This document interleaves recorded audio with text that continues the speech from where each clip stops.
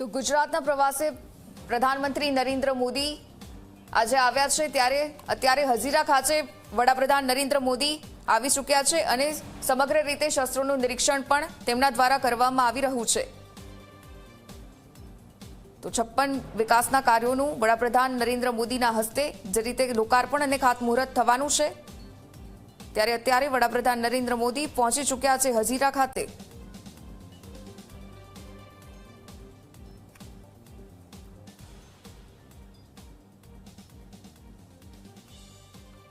PM Modi દક્ષિણ ગુજરાતને 18,778 કરોડના વિકાસ કાર્યોની ભેટ આપશે ત્યારે મેક ઇન ઇન્ડિયામાં તૈયાર થયેલી જોરાવર લાઇટ ટેન્કનું પણ નિરીક્ષણ કરશે। હાલમાં હજીરામાં K9 વજ્ર હોવિત્સર તોપ ઉત્પાદન સુવિધાની તેઓ મુલાકાત લઈ રહ્યા છે।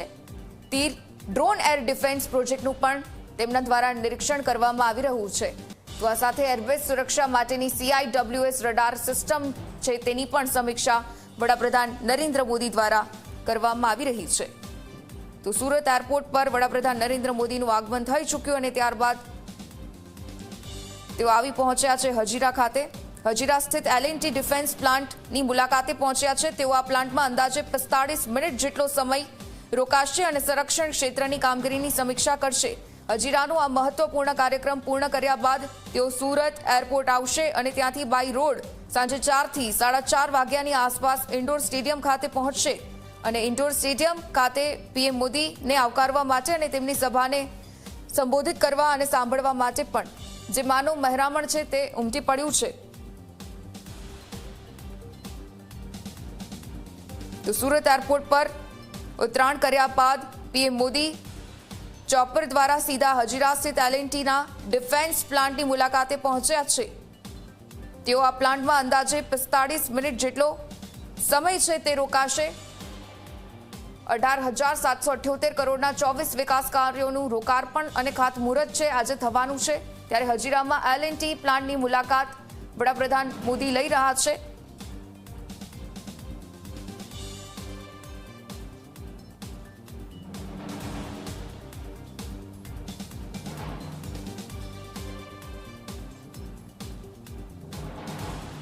તો હજીરા ખાતેનું L&T પ્લાન્ટ કે જે જોરાવર ટેન્ક છે તેનું નિરીક્ષણ કરવામાં આવી રહ્યું છે।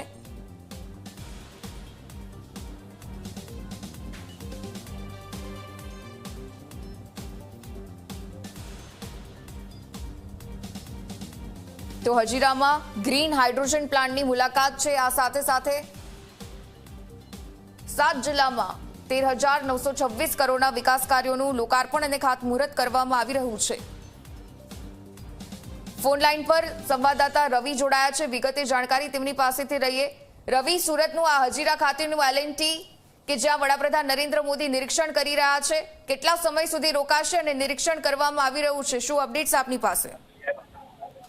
બિલકુલ ઉર્મિલા, વાત કરવામાં આવે તો આજે વિશ્વ પર્યાવરણ દિવસ છે અને વિશ્વ પર્યાવરણ દિવસ નિમિત્તે પ્રધાનમંત્રી નરેન્દ્ર મોદી સુરતની મુલાકાતે છે। અત્યારે સુરત એરપોર્ટ પરથી ઉતર્યા પછી તેઓ સીધા જ હજીરાના L&T પ્લાન્ટમાં ગયા છે કે જ્યાં જોરાવર ટેન્ક અને ગ્રીન હાઇડ્રોજન પ્લાન્ટને નિહાળી રહ્યા છે। જે રીતે વાત કરવામાં આવે તો K9 વ્રજ તોપ અને તીર ડ્રોનની પણ તેઓ સમીક્ષા કરવાના છે। એટલું જ નહીં પરંતુ હજીરા ગ્રીન હાઇડ્રોજન પ્લાન્ટ છે તેની મુલાકાત લઈને વૈશ્વિક સ્તરે તેઓ મોટો સંદેશ પણ આપવાના છે। આ ઉપરાંત જો વાત કરવામાં આવે તો ત્યાંથી કાર્યક્રમ પૂર્ણ થયા પછી સુરતના જે ઇન્ડોર સ્ટેડિયમ છે ત્યાં તેમનો ભવ્ય કાર્યક્રમ છે, ત્યાં ખૂબ મોટી જનમેદનીને તેઓ સંબોધવાના છે।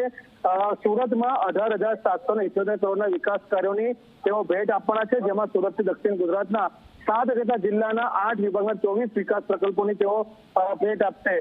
એટલું જ નહીં પરંતુ જો વાત કરવામાં આવે તો 4,852 કરોડના ખાતમુહૂર્ત કરશે અને 13,926 કરોડના તેઓ લોકાર્પણ કરવાના છે। પ્રધાનમંત્રી નરેન્દ્ર મોદીના પ્રવાસને લઈને કહી શકાય કે સુરત વાસીઓમાં ખૂબ જ ઉત્સાહ જોવા મળી રહ્યો છે। સુરતના જે લોકો છે તેમને આજે એક નવો સંકલ્પ અહીંયાથી લીધો છે કે પ્રધાનમંત્રીએ જે અપીલ કરી છે કે ઇંધણ બચાવો અને ઇંધણ બચાવો, પર્યાવરણ બચાવો, ત્યારે તમામ લોકો સાયકલ રેલી સ્વરૂપે ઇન્ડોર સ્ટેડિયમ પહોંચી રહ્યા છે, કેટલાક લોકો પગપાળા પહોંચી રહ્યા છે, કેટલાક લોકો ઈ વ્હીકલમાં પહોંચી રહ્યા છે. એટલે કહી શકાય કે એક સંદેશો અહીંથી આપવામાં આવી રહ્યો છે અને પ્રધાનમંત્રીએ જે અપીલ કરી છે તેનું લોકો સ્વયંભૂ પાલન કરતા પણ અહીંયા દેખાઈ રહ્યા છે. ખુદ નાયબ મુખ્યમંત્રી હર્ષ સંઘવી અને સુરતના રત્ન કલાકારો, હીરા ઉદ્યોગકારો, સાથે ટેક્સટાઇલના ઉદ્યોગકારો, સાયકલિસ્ટ એસોસિએશન, એનજીઓ, આ તમામ લોકોને મળીને જંગી જે સાયકલ રેલી છે તે લાલભાઈ કોન્ટ્રાક્ટર જે છે સ્ટેડિયમ ત્યાંથી ઇન્ડોર સ્ટેડિયમ સુધી તેમને કાઢી 5.5 કિલોમીટરની આ ઐતિહાસિક સાયકલ રેલી કાઢવામાં આવી અને એક મેસેજ આપવામાં આવ્યો કે પર્યાવરણ બચાવો, પ્રદૂષણ ઘટાડો, સાથે જ ઇંધણ બચાવો. આ તમામ મેસેજ સાથે તમામ લોકો અહીંયા પહોંચી રહ્યા છે. કહી શકાય કે પ્રધાનમંત્રીની આ જે મુલાકાત છે આજની હજીરાની તે ખૂબ મહત્વની મુલાકાત ગણવામાં આવી રહી છે, કારણ કે જે રીતના એલએનટી દ્વારા દેશમાં જ મેક ઇન ઇન્ડિયા અંતર્ગત જે સ્વદેશી ટેકનોલોજીથી તૈયાર થયેલા સંરક્ષણના જે સાધનો છે, સંસાધનો છે, તેનું તેઓ નિરીક્ષણ કરી રહ્યા છે. જે રીતના વાત કરવામાં આવે તો સૌથી મહત્વની બાબત એ છે કે પ્રધાનમંત્રી નરેન્દ્ર મોદી ની આખી જે દૂરદર્શા છે કે દેશમાં મેક ઇન ઇન્ડિયા અંતર્ગત જ તમામ વસ્તુ જે છે તે બનવી જોઈએ, ખાસ કરીને સંરક્ષણ ક્ષેત્રમાં તેનું ખાસ તેઓ કહી શકાય કે તેના પર તેઓ ભાર મૂકી રહ્યા છે. અહીંયા સુરતનો કાર્યક્રમ પત્યા પછી તેઓ દમણના પ્રવાસે જશે, જ્યાં 3000 કરોડના વિકાસ પ્રોજેક્ટનું ખાતમુહૂર્ત લોકાર્પણ પણ કરવાના છે.